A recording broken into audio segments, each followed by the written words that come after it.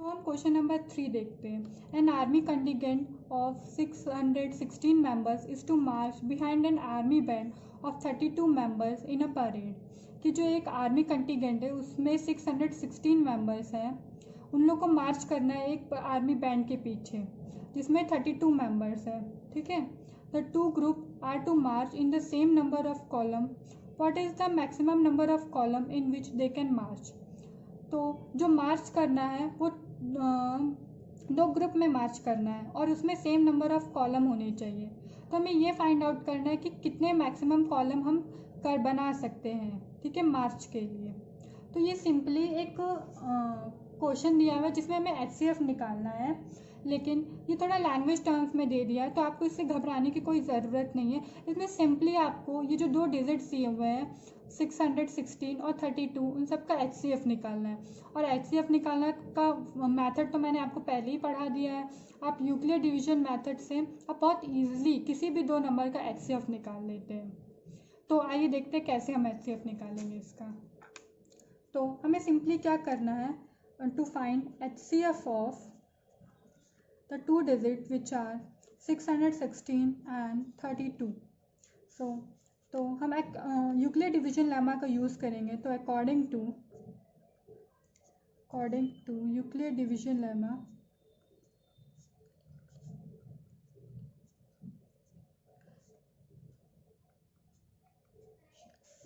A equals to BQ plus R, where R is less than or equals to 0 or greater than or equals to 0 or less than B. So हमने यहाँ पहले ही बताया हम A को क्या लेते हैं, जो बड़ी वैल्यू होती है उसको हम A ले लेते हैं, जो छोटी वैल्यू होती है उसे हम B लेते हैं। ठीक है, अब इसका मेथड तो बहुत सिंपल है और बहुत इजी है। मैंने आपको प्रीवियसली करके भी बताया, दो एग्जांपल एंड फिर एक्सरसाइज, तो आई होप आप लोग को अभी तक आ गया होगा। सो ये 1 बार में जाएगा 32 बचेगा आएगा। सो 11 में से 9 कटेगा, 11 में से 2 गएगा 9 आएगा, एंड 5 में से 3 जाएगा 2 आएगा, एंड 6 ये उतर जाएगा। फिर ये 9 बार में जाएगा तो आएगा 288। ठीक है, तो ये कितना बचेगा, 8 बचेगा। ठीक है, और बाकी सारे तो कैंसिल हो जाएंगे। तो हम इसको कैसे लिखेंगे, हम इसको लिखेंगे 616 इक्वल्स टू 32 इंटू 19 प्लस 8। अब 8 यहाँ बचा है, जो यहाँ पे डिवाइज़र है ये अब बन जाएगा डिविडेंड, मतलब जो डिवाइड करने वाला था वो खुद डिवाइड होगा रिमाइंडर से 8 से। तो ये हमें पता है 4 बार में चला जाएगा 32 और हमें रिमाइंडर 0 मिल गया। तो हम 32 को कैसे लिखेंगे, 8 इंटू 4 इक्वल्स टू रिमाइंडर 0। यहाँ हम देख रहे हैं हमें 2 स्टेप में रिमाइंडर 0 मिल रहा है, तो मतलब HCF क्या होगा, HCF ऑफ 616 एंड 32 इज 8। ठीक है, और यही हमारा मैक्सिमम नंबर ऑफ कॉलम होगा। Hence the maximum number of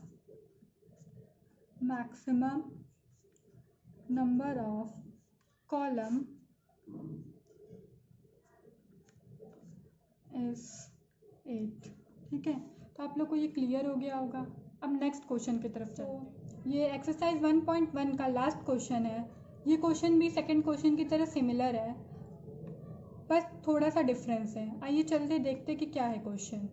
use Euclid division lemma to show that the square of any positive integer is either of the form 3m और 3m plus 1 for some integer m।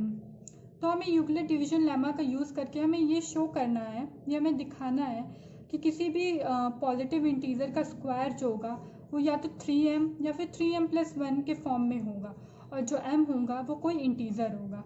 तो इसको भी हम second question की तरफ एक assumption लेके start करते हैं। लेट ए बी एनी, इसको हम इन्वर्टेड कॉमा कर दें, पॉजिटिव इंटीजर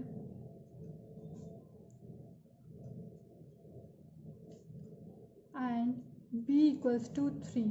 जैसे मैंने आपको प्रीवियसली बताया था कि हमने b3 कैसे लिया, मैं आपको यहाँ दोबारा से बता देती हूँ ताकि आपको कोई कन्फ्यूजन ना हो। ठीक है, तो बाय यूक्लिड डिवीजन लेमा इसका स्टेटमेंट क्या है, equals to B Q plus R where R is greater than और equals to 0 but less than B. तो हम ये फॉर्म और ये जो क्वेश्चन में गिवन फॉर्म है ये कुछ समवॉट सिमिलर है, इसीलिए हम यहाँ b की वैल्यू 3 ले लेते। जब हम इन दोनों को कंपेयर करेंगे तो हमें यहाँ से b की वैल्यू 3 मिल जाएगी। और इस मतलब कंडीशन से हमें पता चलता है कि हमें पॉसिबल वैल्यू r मतलब रिमाइंडर की पॉसिबल्स वैल्यू क्या क्या मिल सकती हैं। तो पॉसिबल वैल्यूज ऑफ क्या r, तो क्या है 0 1 2। इसमें भी हम अलग अलग केस में स्टडीज़ करेंगे कि हमें क्या रिजल्ट मिलता है। तो पहला केस देखते हैं, केस फर्स्ट। इसमें क्या लिखते हैं, व्हेन r इक्वल्स टू 0। ठीक है, तो हमें a किस फॉर्म का मिलेगा, i equals to R Q plus 0। ठीक, क्योंकि हमें यहाँ स्क्वायर को प्रूव करना है तो हम यहाँ पे स्क्वायर करेंगे बोथ साइड। ठीक है, squaring on both side both side. ठीक है, तो यहाँ ए स्क्वायर 3q प्लस 0 का होल स्क्वायर, तो ये स्क्वायर ए स्क्वायर रहेगा, तो 3q का स्क्वायर हम करेंगे क्योंकि 0 का स्क्वायर 0 होता है, तो A square equals to 9q square. क्या करेंगे हम यहाँ 3 कॉमन ले लेंगे यहाँ इस साइड से, तो A square equals to 3q square. ठीक है, 3 3 जो 9 होता है, जब हमने 3 ले लिया तो यहाँ ब्रैकेट में सिर्फ 3 बचेगा। तो हम क्या एक एज्यूम करते हैं, late 3q square B m। ठीक है, m यहाँ कोई इंटीजर है। ठीक है, यहाँ मैं लिख देती हूँ m इज सम इंटीजर। ठीक है, तो हम ये कौन से फॉर्म में हो जाएगा, ये square equals to 3m form में, इस फॉर्म में ये कन्वर्ट हो गया। ठीक है, अब हम इसी से दूसरा केस देखते हैं। दूसरा केस कैसे हम लिख सकते हैं, सेकेंड। इसमें हम क्या लिखते हैं, व्हेन r इक्वल्स टू 1, तो a की वैल्यू क्या हो जाएगी, 3q प्लस 1। यहाँ भी हम स्क्वायरिंग ऑन बोथ साइड करेंगे, तो a square plus 3q plus 1 का होल स्क्वायर। यहाँ हम a प्लस b का होल स्क्वायर निकालेंगे, तो इसका होता है a स्क्वायर मतलब 3q का होल स्क्वायर।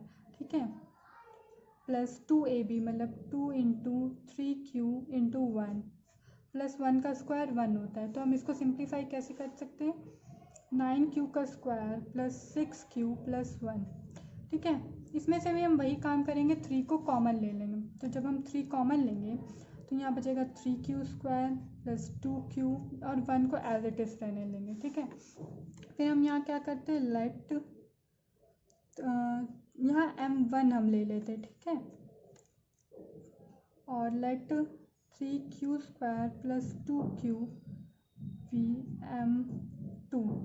m1 ले लेते हैं। ठीक है, m2 ये किस फॉर्म में हो जाएगा, 3m2 प्लस 1 के फॉर्म में हो जाएगा।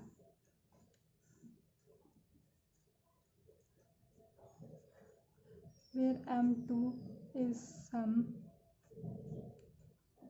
integer। ठीक है,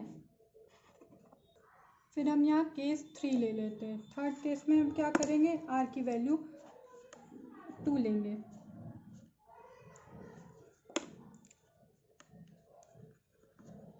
when r इक्वल्स टू 2। ठीक है, तो a किस फॉर्म में हो जाएगा, a equals to 3q plus 2।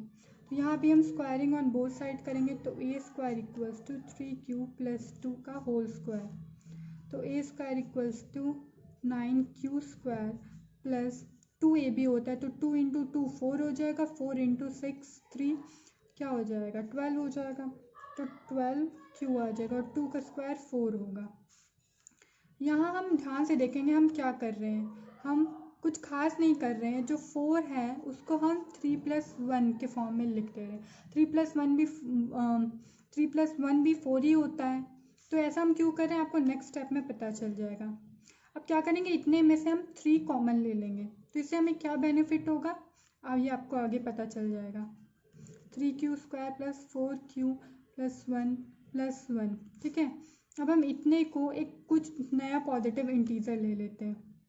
तो let 3q square plus 4q plus 1 is, क्या ले लेते हैं, m3 ले लेते, ठीक। तो a square equals to 3m plus 1, ये भी इस फॉर्म में आ जाएगा m3, ठीक है। सो यहाँ पे भी यहाँ m1 m2 m3 सारे एक इंटीज़र हैं, तो हम इसको एक इंटीज़र के रूप में लिख सकते हैं। तो हम क्या लिख सकते हैं, यहाँ पे m इक्वल्स टू इस सम इंटीज़र, ठीक है। तो हम क्या देख रहे हैं कि ये जो जब हमारा रिमाइंडर 2 बच रहा है तो कोई स्क्वायर को कैसे रिप्रेजेंट कर रहे हैं, 3m प्लस 1 के फॉर्म में रिप्रेजेंट कर रहे हैं। जब हमारा कोई रिमाइंडर, यहाँ पे हम देख रहे हैं रिमाइंडर हमारा 1 है, तो भी हमें क्या फॉर्म मिल रहा है, a square equals to 3m square plus 1 मिल रहा है। और जब हमारा रिमाइंडर 0 है तो भी हमें क्या मिल रहा है, यहाँ 3m1 के फॉर्म में मिल रहा है। तो सब जो m1 m2 m3 सारे इंटीज़र है, तो हम उसको एक इंटीज़र से रिप्लेस कर दे रहे, वो इंटीज़र है m, ठीक है। सो हमें जो प्रूफ करना था वो हम प्रूफ कर लिए। तो हम क्या लिखेंगे, hence square of any positive integer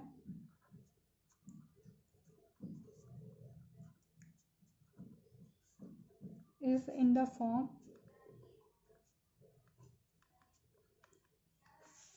of 3m और 3m प्लस 1। तो ये हमारा एक्सरसाइज कंप्लीट हो गया। आई होप आप लोग को ये सब समझ में आ गया होगा। अगर आपको कोई भी डाउट है तो प्लीज़ कमेंट सेक्शन में आप प्लीज़ बताएं उसे, मैं उसे क्लियर करने की कोशिश करूँगी।